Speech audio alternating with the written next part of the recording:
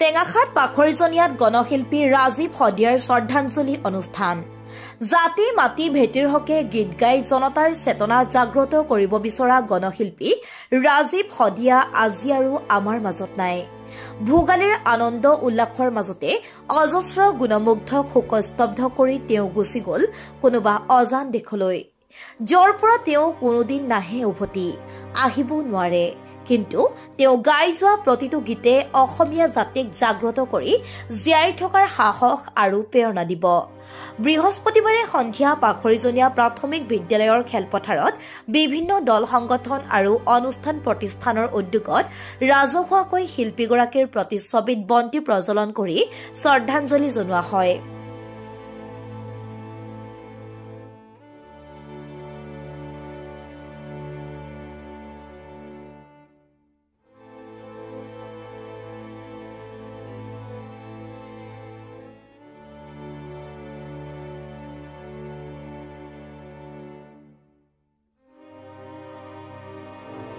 ইয়াৰ পাছতে শিল্পীগৰাকীৰ বিদেহ আত্মাৰ চিৰশান্তি কামনা কৰি 1 মিনিট সময় মৌন প্ৰাৰ্থনা কৰা হয়।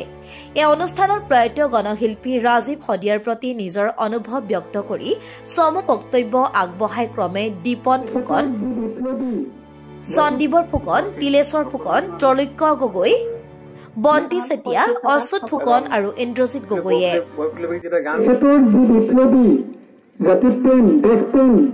ভাষা সংস্কৃতিৰ প্ৰতি থকা তেখেতৰ যিটো সত্তা, এই সত্তাক জীয়াই ৰাখিব খোজে অসমীয়া ৰাইজে।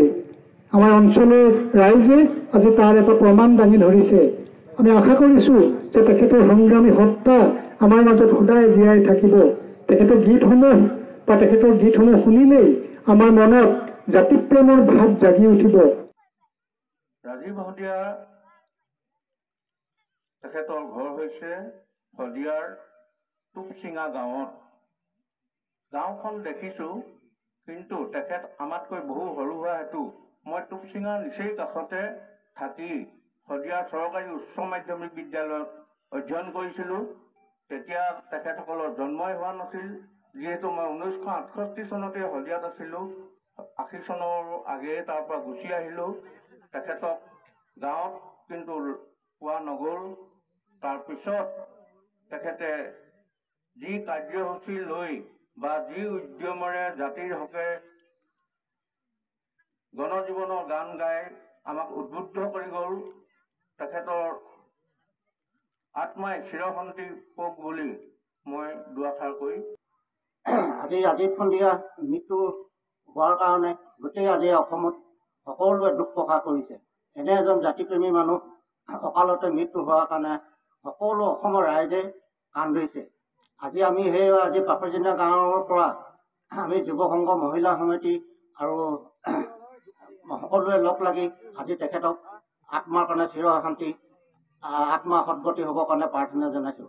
আৰু তেখেত যেনে বৈকুণ্ঠগামী হওক, আৰু তেখেত আৰু যদি জীয়াই থকাহেঁতেন আমি বহুত তেখেতৰ পৰা পালোহেঁতেন।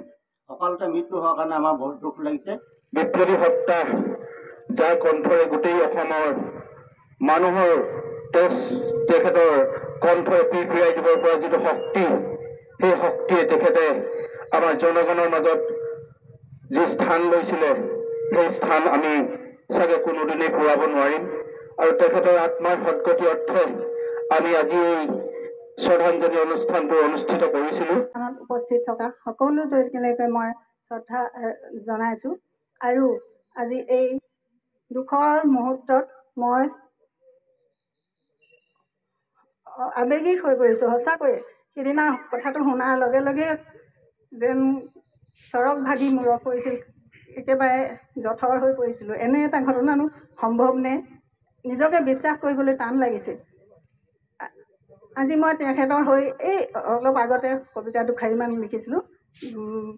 হয়তো বেছি সময় নালাগে, মই তাকে পাঠ কৰিব বিচাৰিছোঁ। বিপ্লৱী কণ্ঠ ৰাজীৱ শদিয়া,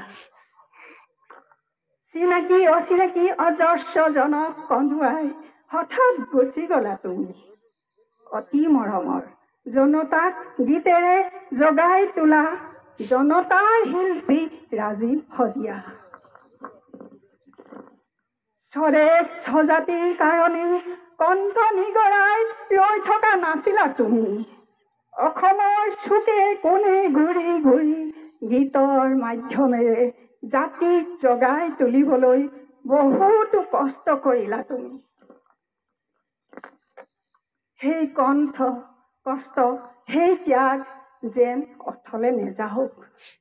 তোমাৰ গীতে প্ৰতিজন অসমীয়াক তেজ উতলাওক, উদ্বুদ্ধ কৰক সকলোকে। আজি ধ্বংস পথে যাব খোজা অসমীয়াক সজাগ কৰি তুলিবলৈ গান গায়েই তুমি অনন্ত ধামলৈ গতি কৰিলা। আজি আমি তোমালৈ জনালো অশ্ৰু অঞ্জলি। তোমাক মৃত্যু হওক অপৰাজেয়। ওম শান্তি শান্তি শান্তি। যথেষ্ট সংখ্যক স্থানীয় সংস্কৃতিপ্ৰেমী ৰাইজ উপস্থিত থকা এই শ্ৰদ্ধাঞ্জলি অনুষ্ঠানটি আঁত ধৰি পৰিচালনা কৰে উদ্যমী যুৱ সাংস্কৃতিক তথা সমাজকৰ্মী দীপনজ্যোতি ফুকনে। ইতিমধ্যে আমাৰ মাজৰ পৰা যোৱা 13 জানুৱাৰী তাৰিখে চিৰবিদায় মাগিলে অসমৰ সকলোৰে পৰিচিত মাটি আৰু মানুহৰ গান গোৱা জনতাৰ শিল্পী স্বদেশ প্ৰেমৰ গীত গোৱা ৰাজীৱ শদিয়াই। ৰাজীৱ শদিয়াৰ মৃত্যু সঁচা অৰ্থতেই শান্তি বিচৰা স্বদেশক ভালপোৱা প্ৰতিগৰাকী জনতাৰ বাবেই এক বৃহৎ ক্ষতি। ৰাজীৱ শদিয়াৰ মৃত্যু অসমৰ প্ৰগতিৰ ক্ষেত্ৰত সঁচাকৈ এক দুখজনক ঘটনা। আমি আশা কৰোঁ ৰাজীৱ শদিয়াৰ মৃত্যু যদিও হ'ল, তেখেতে যি সৃষ্টি কৰি গ'ল, যিবিলাক গীত লিখি গ'ল আৰু তেখেতৰ যিবিলাক গীত ইতিমধ্যে গাই গ'ল, সেইবিলাকৰ যোগেদি অসমীয়া সমাজখনে এক নতুন প্ৰাণ পাব। অসমত শান্তি প্ৰতিষ্ঠাৰ কাৰণে, অসমত এখন প্ৰগতিশীল সমাজ গঠনৰ কাৰণে ৰাজীৱ শদিয়াৰ গীতবিলাকে আমাক সদায় প্ৰেৰণা দি যাব। ৰাজীৱ শদিয়াই কেতিয়াও আপোচ কৰা নাছিল। ৰাজীৱ শদিয়া কেতিয়াও বিক্ৰী যোৱা এজন শিল্পী নাছিল। সেইকাৰণেই ৰাজীৱ শদিয়াক আমি গণশিল্পী বুলি ক'ব খোজোঁ। গতিকে এই গণশিল্পীগৰাকীক আজি আমি পাখৰিজনীয়া প্ৰাথমিক বিদ্যালয়ৰ খেলপথাৰ প্ৰাংগণত বিভিন্ন অনুষ্ঠান প্ৰতিষ্ঠান আৰু সংগঠনৰ উমৈহতীয়া উদ্যোগত আমি আজি ৰাজহুৱাভাৱে শ্ৰদ্ধাঞ্জলি জ্ঞাপন কৰিলোঁ। আৰু এই কাৰ্যসূচীৰ যোগেদি আমি প্ৰয়াত শিল্পীগৰাকীলৈ শ্ৰদ্ধাঞ্জলি জ্ঞাপন কৰাৰ লগতে তেখেত অমৰ হওক এই আশা কৰিছোঁ। আৰু আজি আমি এই মজিয়াৰ পৰাই শোকসন্তপ্ত পৰিয়ালবৰ্গলৈও সমবেদনা জ্ঞাপন কৰিছোঁ। News desk report Tengakhat live.